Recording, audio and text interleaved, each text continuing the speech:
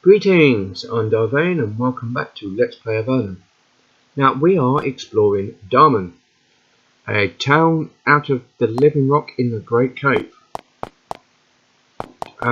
Yeah. So let's continue exploring because exploration. Yay! There's a boat over there.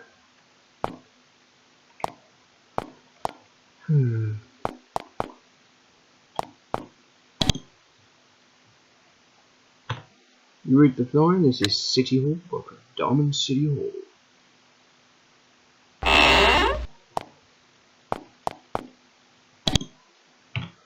Talking to Mayor Debris. The Mayor of Avernum is an extremely placid, grey-haired man. He sits at his desk twiddling his thumb. Is there anything we can do for Avernum? He shakes his head. I don't usually hire adventurers. He thinks, actually, we've been raided recently by bands of bandits. They have a lair north of Fort Saffron. If you would let me know who's been organising the bandits, I would reward you. Not doing much work, huh?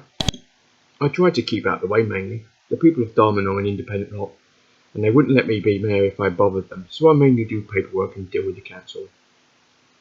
What council do you belong to? King Micah's ruling council. Now there I have to work. I and the other 5 mayors have been working like crazy to come up with ideas to deal with the slips, plans, tactics, supplies, entertainment, and Micah had just had to come up with that crazy scheme of his. Can you tell me about Micah's scheme? King Micah wants to hire a bunch of adventurer assassins. No way. Running the war is our job, all ours.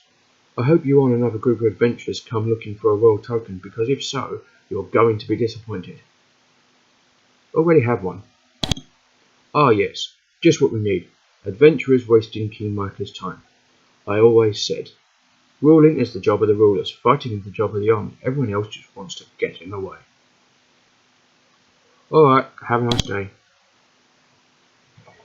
Meanwhile, I will leave you to your bandits.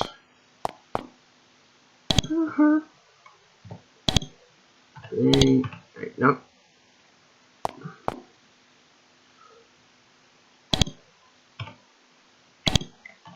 So, something in the Tower of Magi for. Which.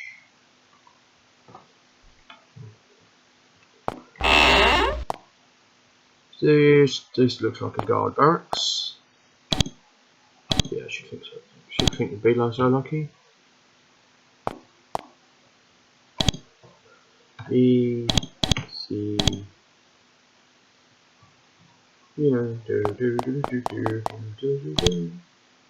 E C. There's coins, but as you try to enter the prison, the captain stops you. Sorry, folks, nobs is allowed in Avernum prisons, but Avernum soldiers. I don't care if you're adventurers or not. Look elsewhere. Prison authorized personnel only.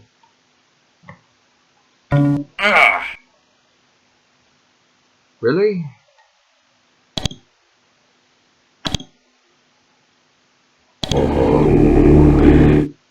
But isn't powerful enough to affect this door. Okay.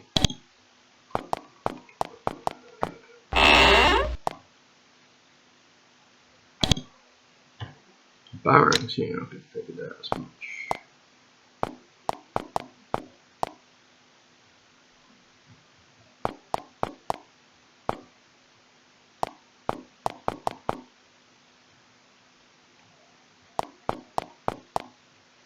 This is the Diamond Arms.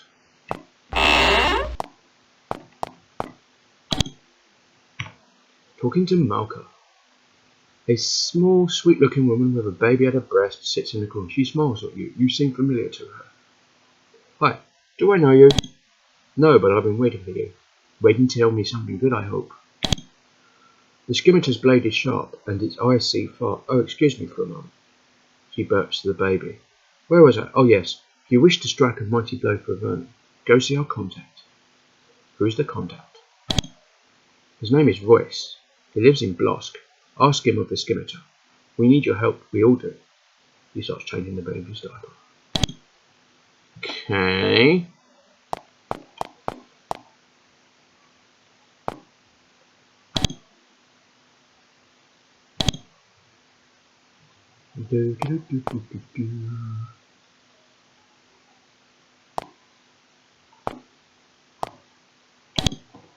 A C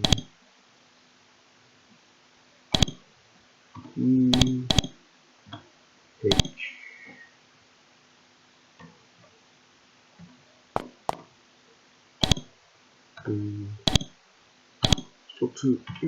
Talking to Nixa, a buxom woman with wild black curly hair, black curly hair, and a thick accent of some sort, bellows orders around the bar. Her cleavage is awe-inspiring.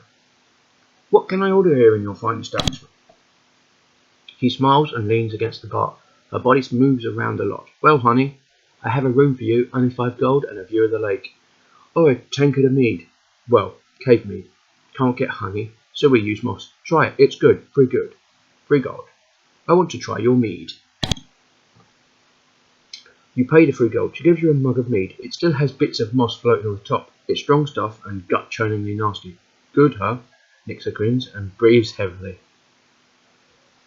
I want to rent a room for the night. She walks up from behind and shows you to the room. It is as nice as you promised. It's comfortable and quiet. You sleep like the dead. Sleep like the dead. Someone's been in here before. It's not us. That's all that matters.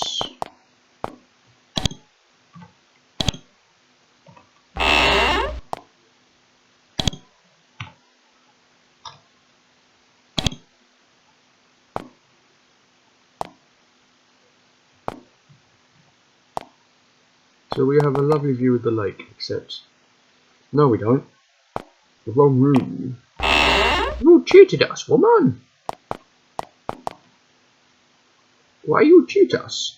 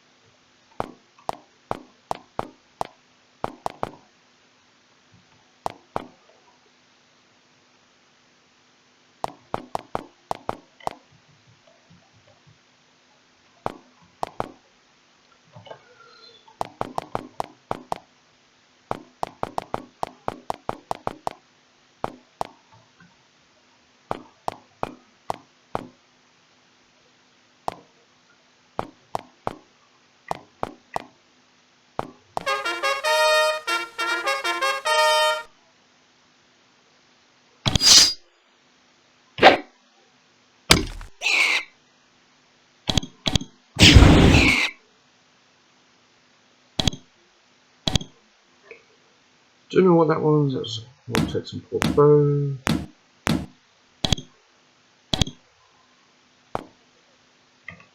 You found the trash heap of Dunham City. Garbage is heaped up against the wall. There seems to be a few recent footprints in the refuse.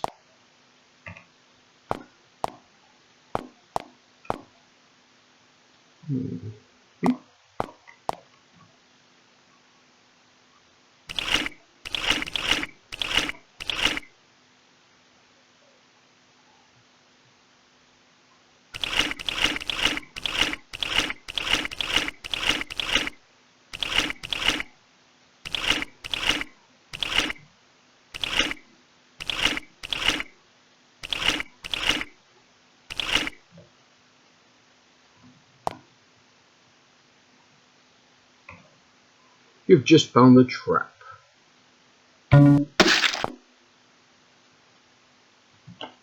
Okay.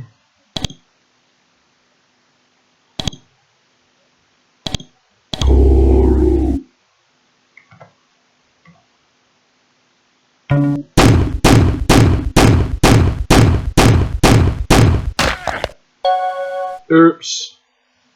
There is an explosion. I don't think we're living after that one. Let's try again. Maybe.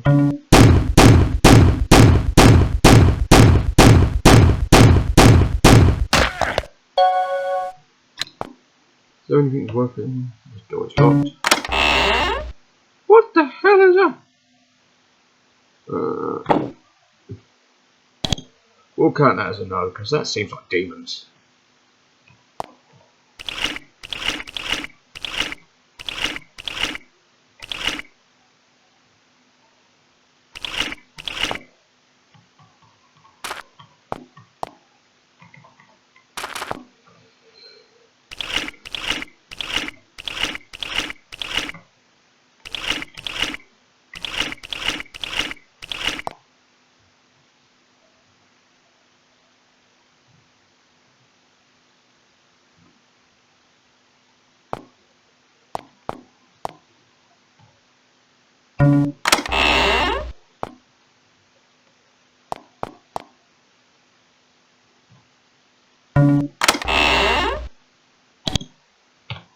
Talking to Eldred. A grimy man paces back and forth in his cell. What were you in prison for? Look, I didn't steal anything. I don't have to answer any of your questions. So bugger off, you have no evidence. We aren't guards, honest, why are you in here? That stupid brooch. Bertrand stole it and I got the blame.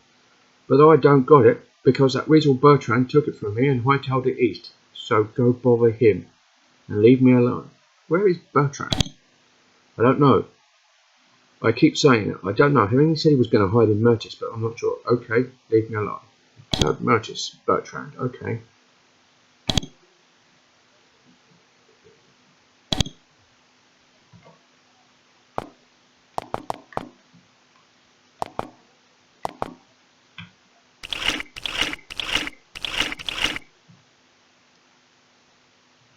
You have reached a low stone bridge over the icy water. You can leave the boat here and climb onto the structure, or you can pilot the boat underneath. Let's leave the boat. Thank you. So that's how docks work. You can go underneath them, okay. Yeah, it's interesting.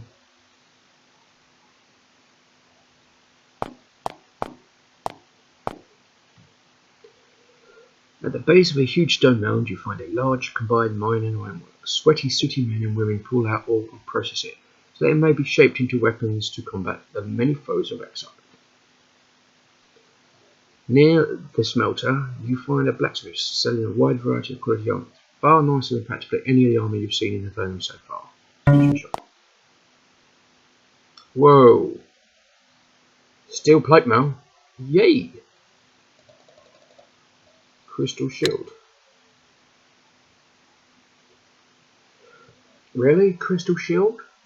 When hit and got this prevents damage, this item protects you from things which try to turn you to stone. How many of those have you got?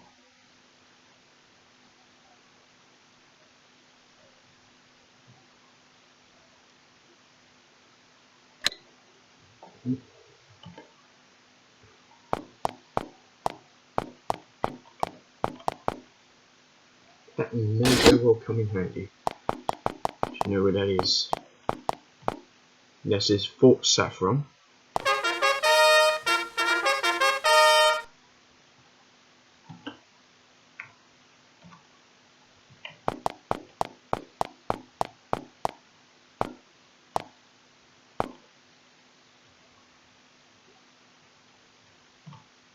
This long passage runs straight through the middle of the fort. It's a small fort. There aren't many soldiers stationed here. They have magical help though. The glyphs carved into the floor of the passage glow slightly and radiate hate. You imagine what grim fate awaits any hostile forces that try to force their way through here.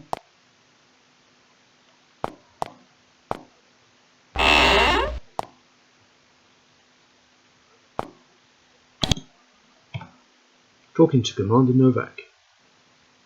A weary man rests at the table writing out orders.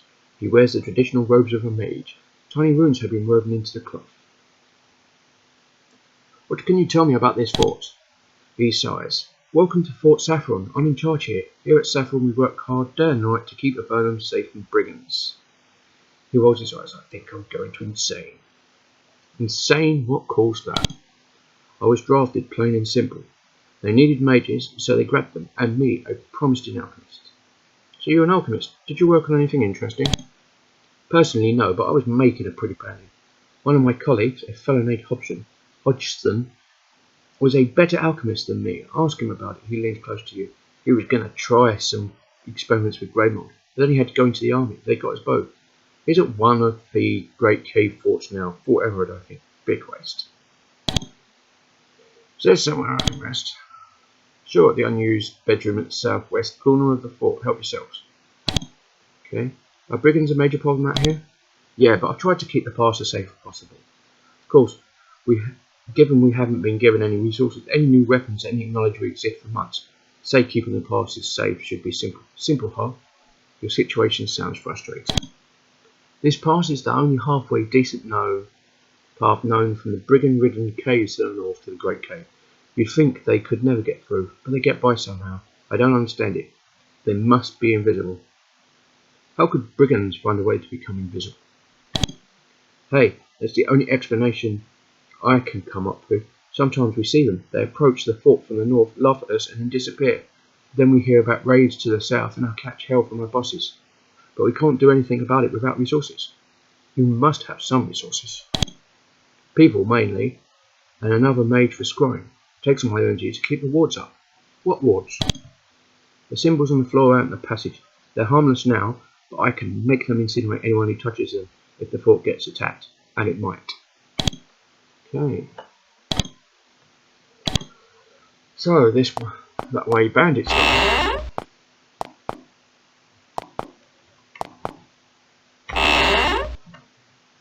Now we will leave.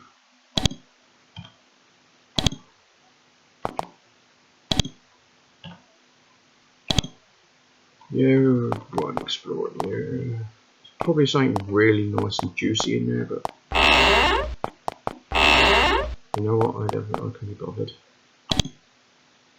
Talk to you. Talking to Dilbert. You meet a beanpole of a man wearing robes that hang loosely off his bare frame. He paces back and forth, muttering. Are you okay? Turns to look at you. You see there's extensive burn scars on his face. Do I look okay? I volunteered to maintain this fort. I look after the wards mostly. Safer than some of the things you could be doing. He runs his fingers over the scars self-consciously. How did you get those burn scars? I've been adventuring. Looks like your adventure wasn't too successful. He grimaces. I suppose, but it's because I was with the merriest band of incompetents you'd ever want to avoid meeting. We were trying to help ourselves to some of the Chasm Drake's loot. Unfortunately, we found its lair. Where was the lair? It's far, far southwest in the tunnels to the west of Fort Remote. It was unfortunate that we found it, because only Sabrina and I got out. Now, I don't really want to talk about it. Ask her about the Drake. I'm sure she'd love to relive it. And she deserved to get buried instead of me. The whole mess was her fault. If she hadn't tripped that trap, a nasty trap? The Drake set magical traps everywhere. If you ever go there, be prepared to take it and take it hard.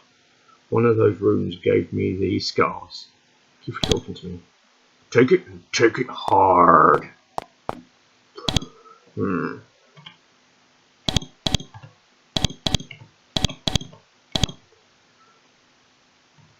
In other words, prepare to get your buttocks handed back to you. And if you're lucky, it may be in one piece. If you're lucky. Yeah, I know that kind of pan, yeah.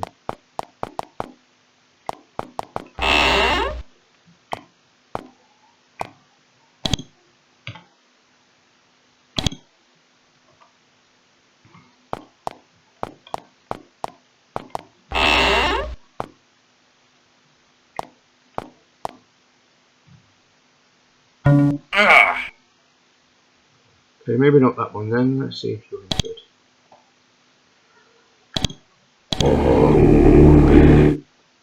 No, it's still not powerful enough to affect that door either.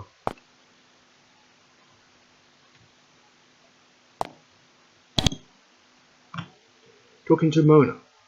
A woman in an army and sling with a grimace on her face sits in the cell. Why are you locked up? You aren't a soldier. I ain't gonna answer you. Piss off, Vol. Why did you call me a Vol?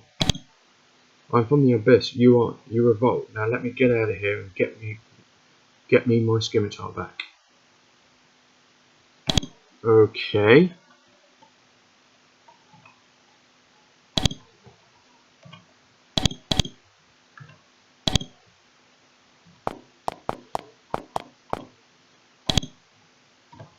And she looks like she's a scimitar, member of the plane.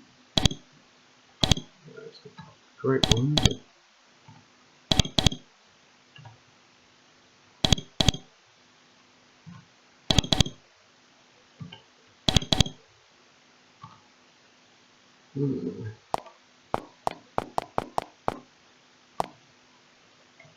So this is for well,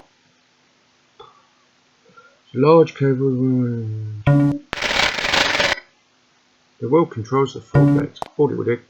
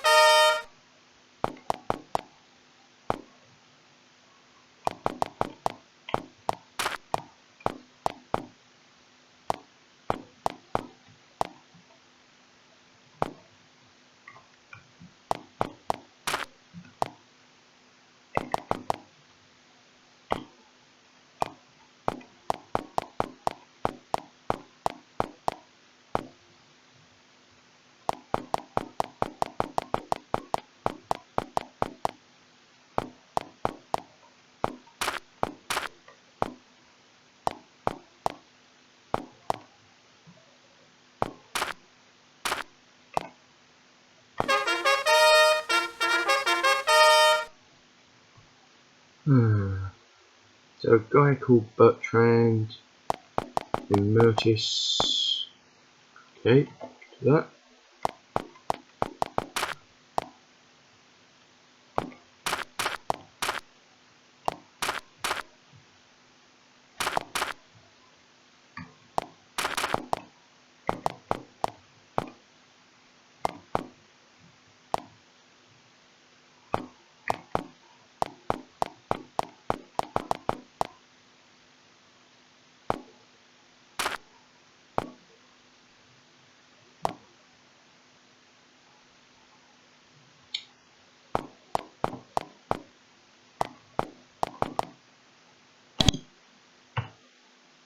Blosk, 1 mile north. That's Blosk then. Avernum. It's west. Yeah, Blosk, yeah.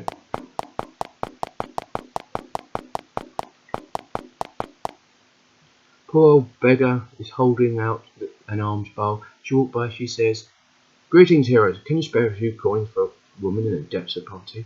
Just give us some coins." She gives you a cool coins. "Thank you, adventurers. You are as kind and wise as I heard." She stands and starts walking towards Blosk. Okay.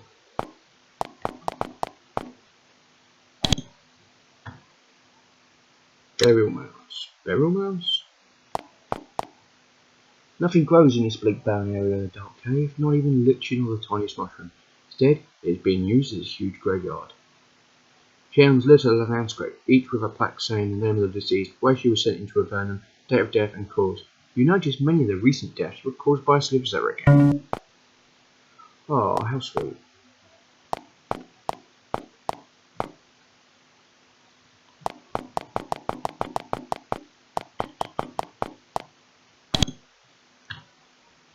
Blosk, Tower of Matric and the castles to the east, yeah, okay.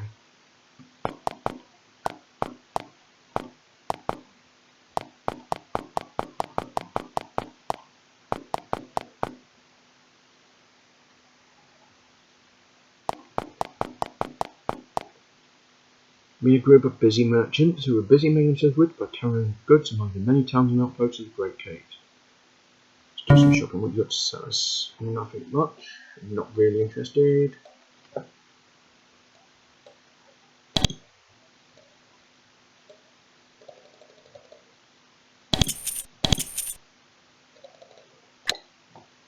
you. What's this? This is near Nass. Nass? Okay.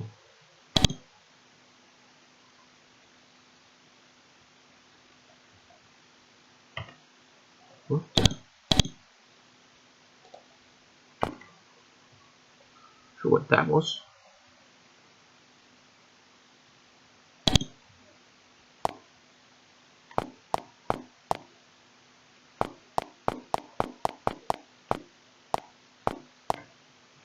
There is a Sliff guard post here. You approach uneasily, ready for a pitched battles, and surprised to see them moving aside to let you pass. Strangely, they are guarding against Sliff from the east rather than humans from the west. You move by peacefully. Really? Wow.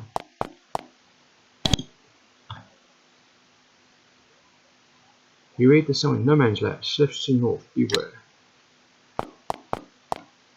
This is Fort Emerald.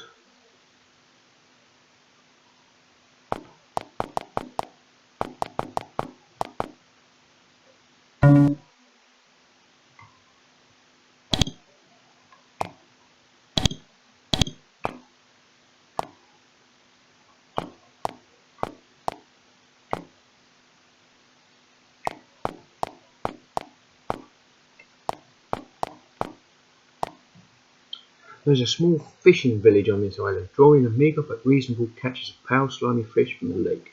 There are not only humans here, but a smaller number of Sliffs as well, living in an uneasy peace with their neighbours. News of your exploits has reached these simple folk. They invite you to eat their fish stew and tell them your adventures. Eventually, warmed and full, you are. Sweet.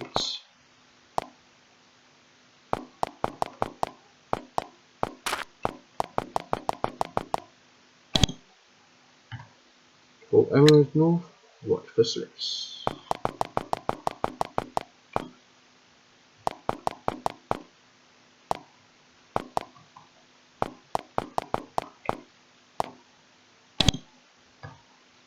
Fumarole Plateau, don't drink the water. This hill is a gigantic fumarole. Boiling, steaming, sulphurous water shoots from a nearby crevice and pours down to the south. The ground is covered with thick yellow deposits. The air reeks of rotten eggs. Someone has built a hut at the top of the hill. You aren't sure who would live and choose to live in a place like this. There's a small tower at the top of this hill, looking down on the sulphurous marshes below. It is surrounded by a small, neat mushroom garden. Patches of brightly coloured mould and lichen brighten up the walls and paths. Plants grow very well in the smelly, harsh environment. Knock on the door. A striking woman with a broad smile and long, braided, snowy white hair. Ah, customers, it's been so long. I'm Silverlock. Come in for tea and supper more rest. You won't be disappointed. The witch sits you down to tea and cookies and chats brightly with you for an hour or two. The cookies are made of crushed dried mushrooms without benefit of anything sweet. Ick. And then she drags out a supply of potions and tries to sell them to you. They bubble and hiss at you. Wow, okay.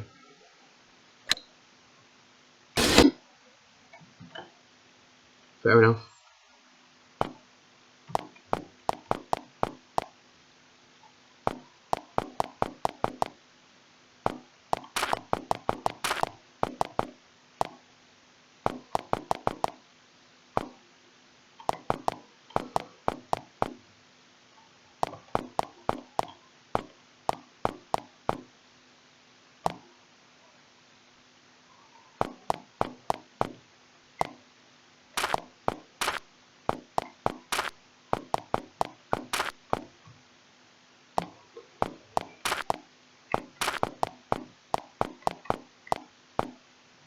Okay. So we've got Fort Emerald, Blood, and whatever else that is. So let's do it in that order, why not?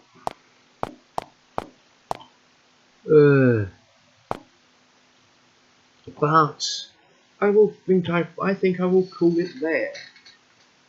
This has been Darvain. I've been doing Let's Play Avernum. As always, if you like what you see here, be sure to like, subscribe, share and comment. And until next time, goodbye.